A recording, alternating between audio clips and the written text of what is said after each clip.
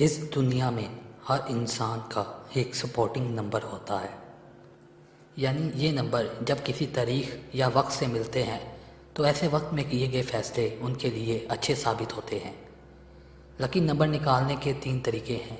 इस वीडियो में हम आपको नाम के ज़रिए लकी नंबर निकालने का तरीका बताएंगे।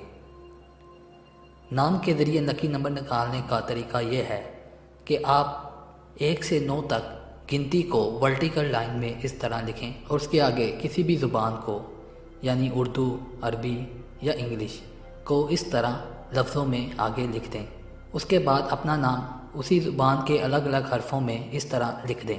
जैसे कि हम आपको दिखा रहे हैं कि अगर किसी का नाम अली है तो उसका लकी नंबर क्या होगा। इस तरह लिखने के बाद जैसे कि हम देख सकते हैं कि ए का नंबर 1 है और एल का नंबर 3 है और आई का नंबर 9 है। इनको जमा करने से जो अदद निकलता है वो 13 है। लेकिन इल्मे जफ़र में 2 हिस्सों में नंबर नहीं माने जाते, इसलिए इन दोनों नंबरों को जमा करने से जो नंबर आता है वो उस इंसान का लकी नंबर होगा।